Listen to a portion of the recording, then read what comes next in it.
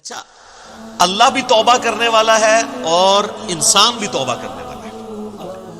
توبہ کا مطلب ہوتا ہے رجوع لانا۔ انسان جب گناہوں کے بعد اللہ کی طرف رجوع لے آئے تو یہ توبہ کہلاتی ہے،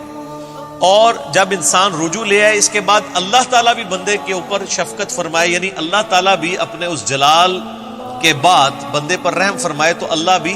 رجوع لا رہا ہوتا ہے۔ بخاری اور مسلم دونوں میں حدیث موجود ہے، نبی علیہ السلام نے فرمایا کہ جو بھی گنہگار بندہ سچے دل کے ساتھ اللہ کی طرف توبہ کرتا ہے تو اللہ تعالیٰ کو اس کے توبہ کرنے پہ اتنی خوشی ہوتی ہے جس کو آپ علیہ السلام نے ایک مثال سے بیان فرمایا۔ یہ حدیث بخاری میں بھی ہے اور مسلم میں بھی، کہ تم میں سے کوئی شخص اگر ریگستان کے سفر پر روانہ ہو اور اس کا سارا ساز و سامان اس کے اونٹ پہ لدا ہو، وہ کسی جگہ تھوڑی دیر کے لیے آرام کرے اور اس کا اونٹ وہاں سے غائب ہو جائے جب اس کی آنکھ لگے، اب اس کو سامنے اپنی موت نظر آئے، کیونکہ اونٹ کے اوپر ہی سامان لدا ہے، پانی بھی، کھانے پینے کا بھی، اونٹ نہیں ملتا تو آپ کو پتا ہے کئی ہفتوں کا سفر ریگستان میں بغیر پانی کے تو نہیں کیا جا سکتا۔ اب وہ اپنی موت کا انتظار کرنا شروع کر دے، اسی دوران اچانک جب اس کی آنکھ لگے، آنکھ کھلتے ہی اس کا اونٹ اس کے سامنے آ جائے تو اسے کتنی خوشی ہوگی۔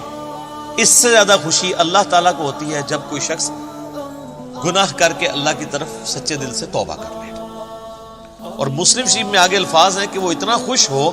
کہ اس کی زبان لڑکھڑا جائے، من شدت الفرح، اور وہ خوشی کے باعث اس کی زبان سے یہ نکل جائے، اے اللہ تو میرا بندہ میں تیرا رب، حالانکہ وہ کہنا یہ چاہ رہا ہو کہ اے اللہ میں تیرا بندہ تو میرا رب، یعنی اس کی زبان بھی لڑکھڑا جائے، اتنی اس پہ شدت خوشی کی طاری ہو۔ اس سے زیادہ خوشی اللہ تعالیٰ کو اس شخص پر ہوتی ہے جو اللہ کی طرف رجوع لے ہے۔ جامعہ ترمذی میں حدیث ہے کہ موت کے غرغرے سے پہلے توبہ قبول ہے، اس کے بعد کبھی توبہ قبول نہیں ہے۔ اسی لیے آپ دیکھیں کہ فرعون نے جب توبہ کی، قرآن حکیم میں آتا ہے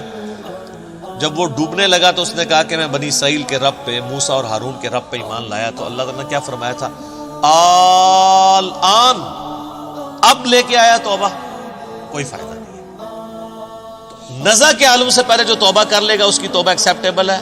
ادروائز کوئی توبہ نہیں ہے۔ تو اللہ تعالیٰ تو مائل بکرم ہے۔ بخاری اور مسلم دونوں میں حدیث ہے کہ اللہ تعالیٰ نے مخلوقات کی پیدائش سے پہلے اپنے پاس عرش پہ یہ عبارت لکھ لی تھی کہ میری رحمت میرے غضب پہ بھاری رہے گی، اور یہ انسان کے پاس بہت بڑا ایسٹ ہے کہ اللہ کی رحمت اس کے غضب پر بھاری ہے، ادروائز یہ ایکول بھی ہوتی اور صفت عدل اللہ کی غالب ہوتی تو مارے گئے تھے۔ عدل کریں تے تھر تھر کمن اونچیاں شانہ والے، فضل کریں تے بخشے جامن میں ورگے منہ کالے۔ واقعی اگر عدل پہ بات آ جائے تو کوئی نہیں، اور یہ قرآن حکیم میں کئی جگہ یہ مضمون آیا ہے۔ سورہ فاطر کے اینڈ پہ بھی آپ چلے جائیں، اللہ تعالیٰ فرماتا ہے کہ اگر اللہ تعالیٰ لوگوں کو ان کے گناہوں پہ پکڑنا شروع کر دیتا تو کوئی بھی مخلوق زندہ نہ رہتی روئے عرض کے اوپر، اگر یعنی اللہ تعالیٰ پکڑ شروع فرما دیتا تو یہ اللہ تعالیٰ ڈھیل دیتا ہے انسان کو کہ انسان اللہ کی طرف پلٹ آئے۔ بخاری اور مسلم دونوں میں حدیث ہے، نبی علیہ السلام نے فرمایا کہ حدیث قدسی ہے کہ جب میرا بندہ میری طرف ایک بالشت آتا ہے میں ایک ہاتھ اس کی طرف بڑھتا ہوں، وہ ایک ہاتھ بڑھتا ہے میں 2 ہاتھ اس کی طرف بڑھتا ہوں، 10 ہاتھ بڑھتا ہوں، وہ چل کے آتا ہے میں اس کی طرف دوڑ کے آتا ہوں۔ اور پھر آپ نے اسلام فرمایا کہ اللہ تعالیٰ فرماتا ہے کہ میرا بندہ مجھے دل میں یاد کرے میں اسے دل میں یاد کرتا ہوں، وہ کسی مجلس میں یاد کرے میں اسے بہتر مجلس میں یاد کرتا ہوں۔ اور یہ حدیث اس بات کا ثبوت ہے کہ اللہ تبارک و تعالی انسان سے بڑھ کر اس پر رجوع فرمانے والا ہے، یعنی انسان ایک قدم بڑھتا ہے تو اللہ تعالیٰ 10 قدم اس کی طرف آتا ہے، بشرطے کہ وہ صدق دل سے اللہ کی طرف لوٹ آئے۔ یا ایھا الذین آمنوا توبوا الی اللہ توبۃ نصوحا،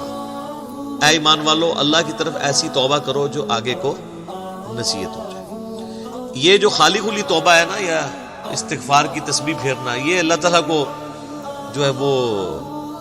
محبوب نہیں ہے، جب تک کہ اندر سے انسان سچائی کے ساتھ اللہ کی طرف لوٹ رہا ہے۔